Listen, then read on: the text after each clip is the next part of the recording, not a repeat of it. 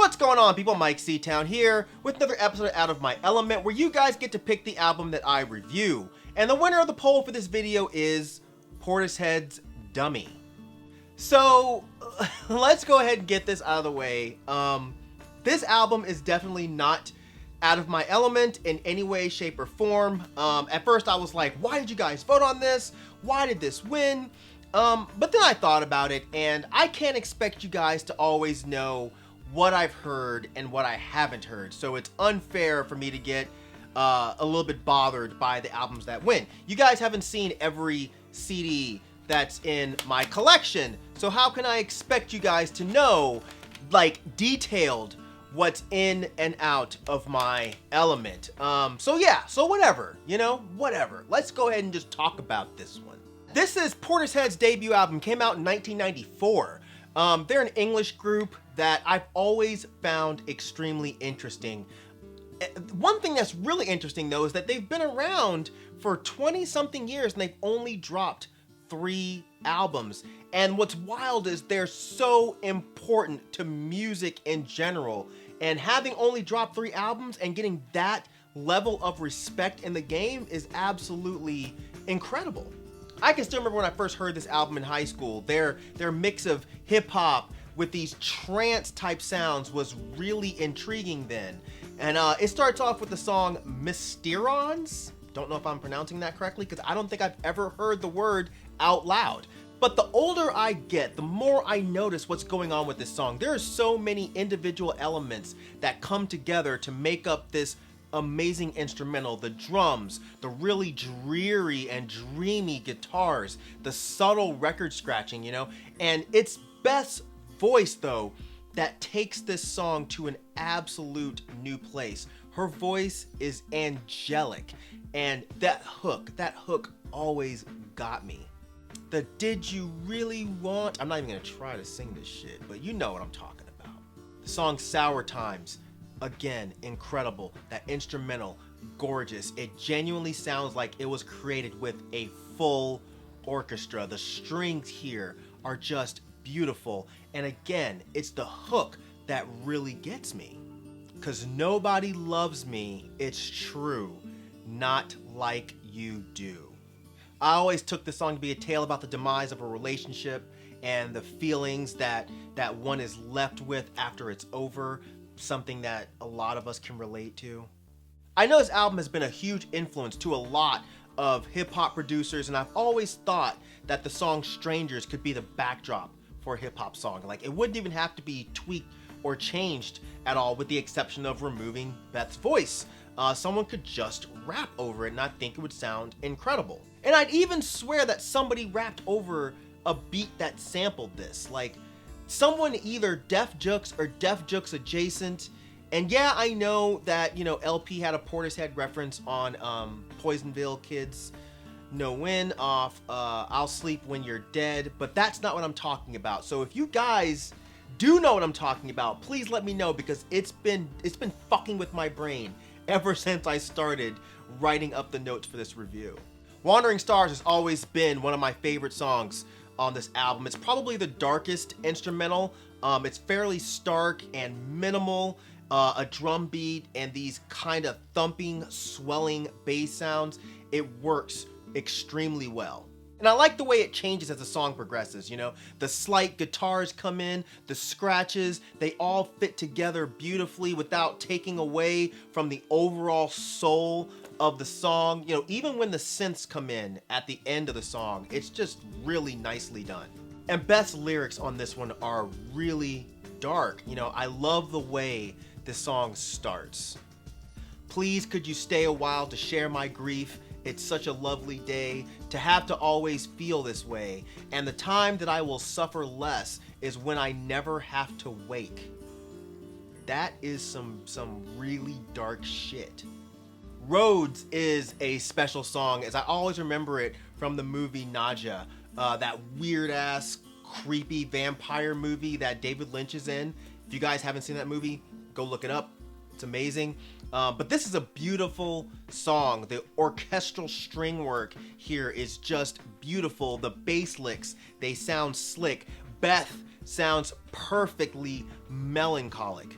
I've always loved the smooth lounge jazz feel of Pedestal. It's the song that immediately pulls me into my imagination the easiest. You know, I can see myself in the middle of a smoky nightclub watching them play this song, especially once those horns come in. It's just so good. The album ends with my all-time favorite Portishead song, which is Glory Box. And that's the song that I think of whenever Portishead comes to mind, or whenever they come up in conversation. It's dark and it's eerie, and the way that they treated the Isaac Hayes sample is just amazing. It gives it a whole new life. You know, now whenever I hear the Isaac Hayes song, for some reason, I immediately start thinking of this song. And the guitar work on this song is just great too. It's perfectly placed. This one seems to be about womanhood, and maybe Beth is feeling like she's being muzzled in terms of how she expresses her womanhood, or how she's allowed to express her womanhood. But I really like the part of the song where she's addressing the man and how she wants him to step outside of his narrow perspective of life and maybe consider what it's like to be a woman. So don't you stop being a man, just take a little look from outside when you can. Sow a little tenderness no matter if you cry. I think that's just a beautiful verse. But overall, I absolutely adore this album. It's pretty much flawless. It's one of those albums that I feel like it's so fucking good that it's almost hard to like break it down and actually give a review on it, you know? I'm not someone who listens to a lot of trip hop, but this album it's a classic, you know?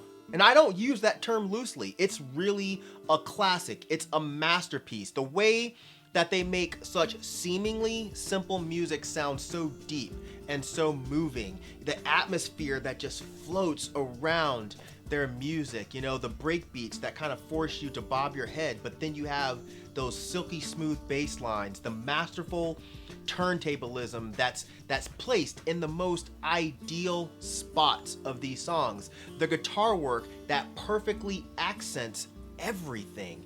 It was no surprise when I read that Adrian Utley was a big fan of spy movie soundtracks. You definitely get that feel from the type of playing that he does on this album, and Beth Gibbons has one of the most beautiful voices in music. You know, that breathy, soulful voice. It's sultry, it's seductive, but it's also very sad and depressing. I steer away from saying that she's the main focal point of the band as to not disrespect what the other guys were doing, but I can say with certainty that had they put a different voice on these songs, I don't think that this album or this band would have reached the level of notoriety that they did. But yeah, man, what a fucking group, right? One that appeals to so many different sets of people. You know, you got indie rock kids, you know, folks who are into like EDM and techno and trance, and you got rap dudes. You know, everybody seemed to connect with this album. They really weaved their way through all of these subgenres effortlessly. You know, they took electronic sounds and they inserted these jazzy and soulful sounds and they blended them perfectly. Yeah, they were easily one of the most unique bands to come out. You know, they may not have started the whole genre or anything like that, or created the sound, but it's clear that they made a very distinct mark by carving out their own niche, one that spawned a whole lot of mimics after that. You know, this band is a huge influence. This album really felt like it shook music up when it came out, and as I said, I love it. It's one of my all-time favorite albums, so I'm happy to be talking about it. But yeah, that's kind of it. I don't really know what else to say about this.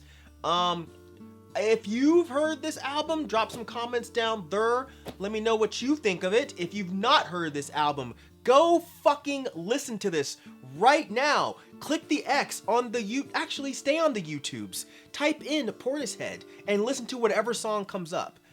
They're all fucking great. And if you've not heard this album, this is their live album. It is mind-blowing. Listen to this. and or watch the videos on YouTube of the orchestra playing, and it's just so good. Listen to how amazing Beth's voice sounds even live. Like, it's seriously, it's staggering. It's staggering how good it is. But yeah, I'm gonna stop. All right, I'm gonna stop. But you'll notice that there's no poll down there in the description section, and that's because there's gonna be another Out of My Element video after this one coming out. I do these where the public gets to vote on the choices, but I also do one specially for my patrons where they not only get to put the choices on the poll, they get to vote on a separate poll just for them. So yeah, keep an eye out for that. And if you'd like to be one of my Patreon supporters, the link is down there in the description section. You can join for as little as $1 a month. And yeah, that's it. Hopefully you guys enjoyed this one. As usual, thank you for living, thank you for loving, thank you for being you, and I'll see you guys next time.